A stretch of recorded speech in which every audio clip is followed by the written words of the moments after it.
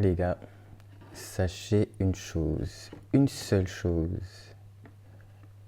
Ce métier n'est pas un métier facile. Vous savez quoi? Pourquoi faire simple quand on peut faire compliqué? Pourquoi faire compliqué quand on peut faire simple? Bref, vous avez compris. Écoutez, la dernière essai, mais vraiment pour de vrai. Oh, d'accord? Dernier essai pour de vrai, de vrai. Je pense qu'on va... Hein? On est bien comme ça, non? C'est dommage, on voit pas mon collier. Mais on est bien. On est d'accord ou pas?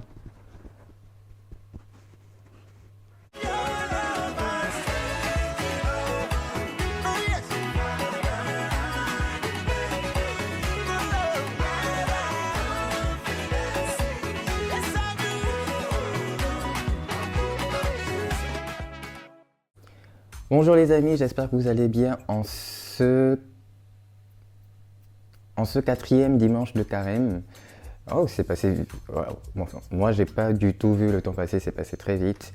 Et bientôt la fin du carême. Mais on voit Pâques de loin en fait, et justement, en parlant de voir Pâques de loin, aujourd'hui c'est une fête particulière pour l'Église catholique, c'est le dimanche de la joie qu'on fête à ce moment particulier du temps de carême parce que Pâques arrive bientôt en fait. Là, ça y est, on est à mi-parcours du temps de carême et on arrive bientôt à Pâques. Et du coup, on se réjouit parce qu'on voit Pâques en fait arriver de loin. On voit la gloire de Pâques nous rejoindre. On avance petit à petit et avec ses hauts et avec ses bas, le carême avance et sera bientôt terminé pour cette année. Et c'est aussi un jour particulier parce que cette joie se manifeste au travers d'un texte particulier, l'enfant prodigue. Qui ne connaît pas l'histoire de l'enfant prodigue, qui ne s'est jamais identifié à l'histoire de l'enfant prodigue. Aujourd'hui, en fait, on va parler de ça. On va parler de ce que ça signifie et on va l'adapter un peu à nous, à notre vie, à notre histoire, à l'histoire de X ou Y, à toute personne du 21e siècle, qui, contrairement à ce que le texte nous dit, n'est pas forcément dans la dépense, dans le fait de dépenser tous ses biens, mais plutôt on va plutôt se concentrer sur le fait de revenir en fait vers notre Père, de revenir vers Dieu. L'histoire de l'enfant prodigue, ça peut être comme nous le présente Jésus dans la Bible, l'histoire d'un enfant qui dilapide tous les biens de son père dans la fête, dans l'alcool, et qui, quand il n'a plus rien, se retrouve serviteur d'une personne qui le traite mal, si on peut le dire ainsi, et qui veut revenir vers son père, et donc qui revient vers son père, et son père l'accueille à bras ouverts. Ça peut aussi être une autre histoire. C'est aussi une autre histoire. Ça, c'est mon histoire, c'est votre histoire, c'est l'histoire de tout un chacun. Et si on essaie de l'adapter un peu au 21e siècle, en 2025, ça peut être l'histoire d'un homme qui est bon, qui est généreux, qui a consacré toute sa vie à travailler en tant que chauffeur, par exemple, pour subvenir aux besoins de sa famille. C'est aussi l'histoire d'un fils qui n'est pas méchant, mais qui est en bataille constante contre lui-même et contre le monde, pourquoi pas. Et qui du coup se bat continuellement contre lui-même, contre ses différents maux, contre ses différents penchants, etc. Et du coup, tout ce contexte fait que c'est un fils qui s'est enfermé loin de l'amour de son père, qui s'est éloigné de l'amour, qui s'éloigne en fait de l'amour de son père, qui lui faisait tout pour le rendre heureux, ainsi que toute sa famille. Mais on sait que la colère qu'on a contre nous-mêmes, qu'on a contre le monde, qu'on a contre X ou Y personnes, crée une rupture avec nos proches, crée une fissure avec ceux qui nous aiment, avec ceux qu'on aime aussi, malgré les apparences. Ce qui peut entraîner que ce fils est source de conflits et de problèmes, parce qu'il laisse toujours ses passions, ses désirs prendre le dessus sur la raison. Et pourtant, ces désirs lui font plus de bien que de mal, parce que ces désirs lui procurent un plaisir éphémère qui ne dure qu'un temps, mais du coup, il va tout le temps être à la recherche de ce plaisir éphémère pour être justement le plus longtemps possible dans ce plaisir qui est trop court pour lui. Donc il va tout le temps être en recherche de plus, en se laissant aller dans ses mauvaises habitudes, dans ses mauvais penchants, etc.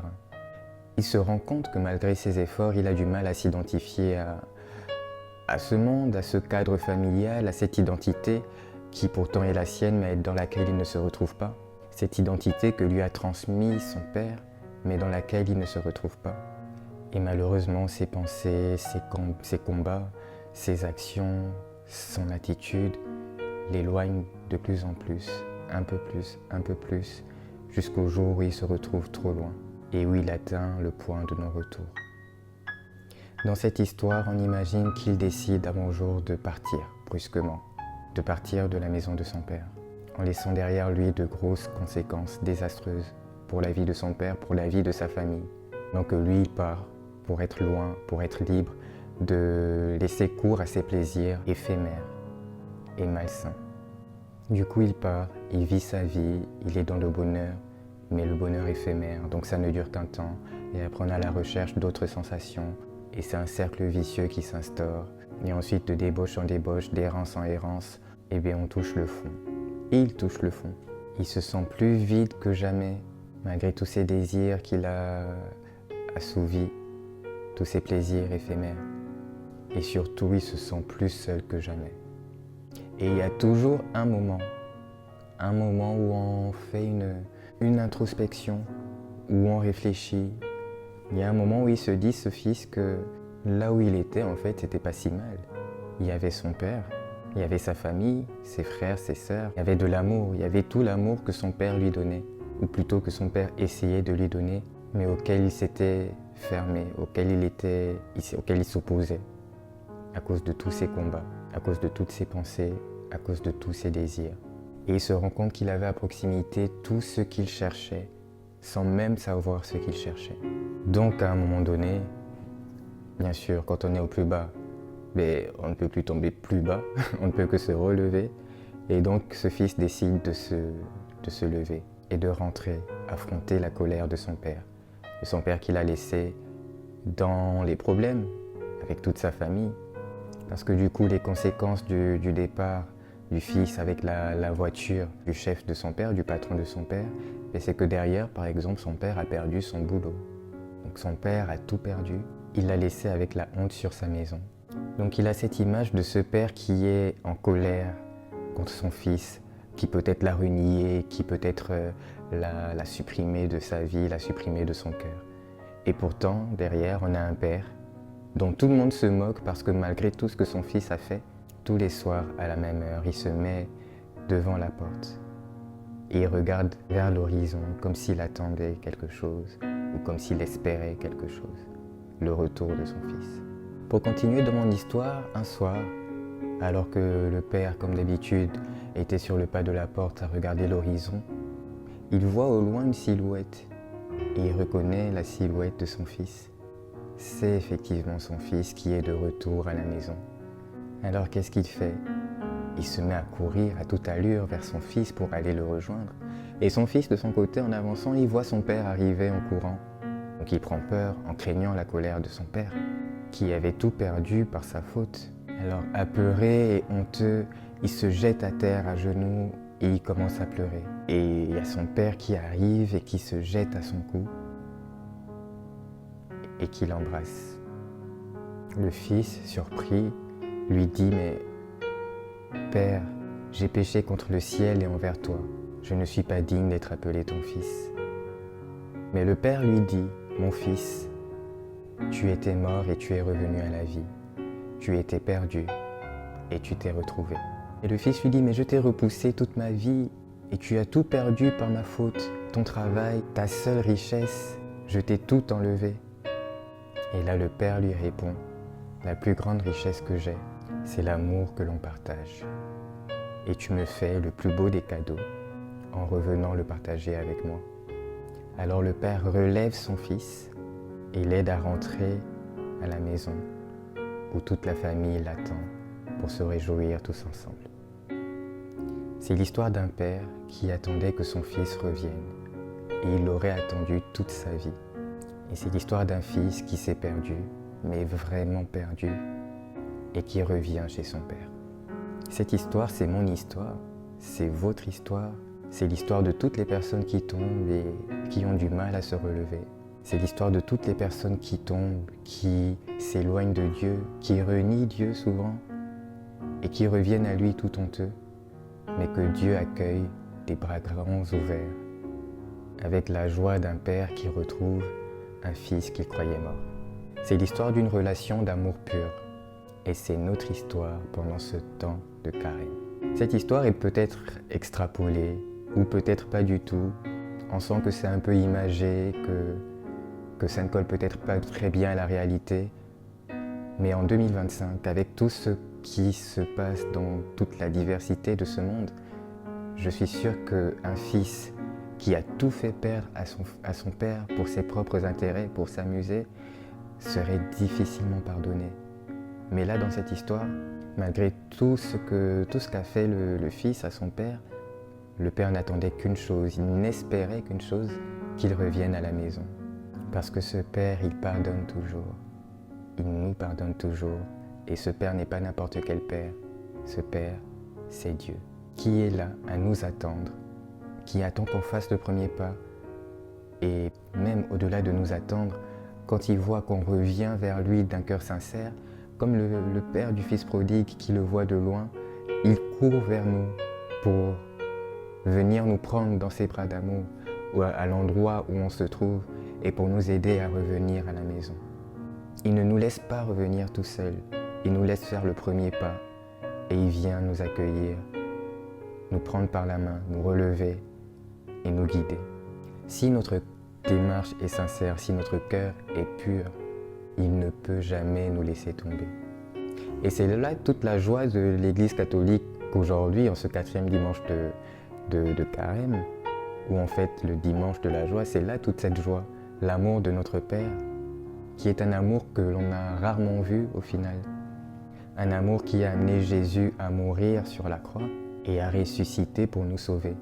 Du coup, aujourd'hui, on est dans la joie, parce que ce grand mystère d'amour, on va bientôt le célébrer dans 2 ou 3 dimanches. C'est Pâques, on va bientôt célébrer ce grand mystère d'amour. Le carême tire à sa fin et on va célébrer tout ça ensemble. La mort, la résurrection, le pardon, la réconciliation, la joie. Alors pour ceux qui vivent un temps de carême compliqué, ceux pour qui c'est dur, ceux qui ont l'impression de ne pas avancer, de ne pas avoir respecté leurs engagements, leurs défis, de ne pas s'être améliorés, de ne pas se convertir, tous ceux pour qui c'est dur, c'est le moment de nous lever dans la joie. Tous ceux qui ont l'impression de décevoir le Seigneur, c'est le moment de nous lever dans la joie et de vivre les semaines du carême qui nous restent dans la joie de la pénitence, dans la joie du partage, dans la joie de la prière. Je vous invite vraiment symboliquement à vous dire, aujourd'hui c'est une virgule, un point virgule. Je me focalise vers l'avenir et je me lève. Malgré tout ce qui s'est passé pendant cette première partie du carême, c'est pas grave. Je me lève et je me focalise vers la suite. Oui, je me lèverai et j'irai vers mon Père. Et j'encourage vraiment chacun à dire cette phrase du plus profond de son cœur avec toute sincérité, toute confiance aussi. Oui, je me lèverai et j'irai vers mon Père. Afin que nous nous tournions vers lui sans culpabilité, mais avec la conscience que même avec nos faiblesses, il nous prend. Et c'est là que notre foi et que l'espérance prend tout son sens. Parce qu'on a foi qu'il nous aime quand même. Et même pas quand même, on a la foi qui nous aime, tout simplement. Et on a l'espérance qui nous aidera à faire mieux demain. Alors il y en a beaucoup dernièrement qui m'ont dit le carême c'est compliqué, c'est pas comme celui de l'année dernière ou des autres années. Là, je me sens vraiment lourd, j'avance difficilement, il n'y a pas trop de temps, je n'ai pas trop le temps de me consacrer au carême avec tous les défis aussi qui se présentent à nous dans notre vie. Mais vous n'êtes pas les seuls pour qui c'est difficile. Imaginez un peu si Dieu devait renier toutes les personnes pour qui c'était difficile, je pense qu'il n'aurait plus d'enfants. Malgré tout ça, il nous aime parce que ça fait partie de nous, la difficulté fait partie de nous, la faiblesse fait partie de nous et heureusement parce que c'est là qu'il vient nous relever. C'est là qu'il vient nous fortifier. C'est là qu'on voit qu'on a nos limites mais que lui vient compléter ses limites. J'ai compris quelque chose, c'est que c'est pas forcément nous qui nous convertissons, mais c'est lui qui vient nous convertir. C'est lui qui vient nous changer, c'est lui qui vient faire l'action de nous transformer, de nous changer. Nous, on ne peut pas. On y arrive difficilement, du moins, on va dire. mais c'est lui qui vient faire le travail en nous, qui vient purifier tout ce qu'il y a d'impur en nous, qui vient changer notre manière de voir les choses, parce qu'il nous apporte cet amour-là et cette dignité d'être enfant de Dieu et d'appartenir à sa maison. Alors les amis, levons-nous et allons vers notre Père. C'est la fin de cette vidéo. Je ne pense pas que j'aurai l'occasion de vous reparler comme ça face caméra d'ici la fin du carême. Parce que vous avez vu la particularité de cette année, c'est qu'on alterne entre vidéos d'adoration et vidéos de témoignages, d'exhortation. Vous avez vu le beau témoignage de Clément il y a 2 semaines. La semaine dernière, on est allé sur une vidéo d'adoration et aujourd'hui, on est sur une exhortation. La semaine prochaine, on repart sur une petite adoration et ensuite, c'est la fin, c'est Pâques. Et du coup, nous allons célébrer la Pâques ensemble. Donc je vous souhaite une bonne continuation, une bonne fin de carême, bon courage à chacun et surtout les amis, n'oubliez pas. Et c'est là que j'aime fortement le texte d'aujourd'hui de l'enfant prodigue parce que c'est là où cette phrase prend tout son sens. Donc les amis, n'oubliez pas, ne jamais abandonner, mais toujours s'abandonner. À bientôt les amis.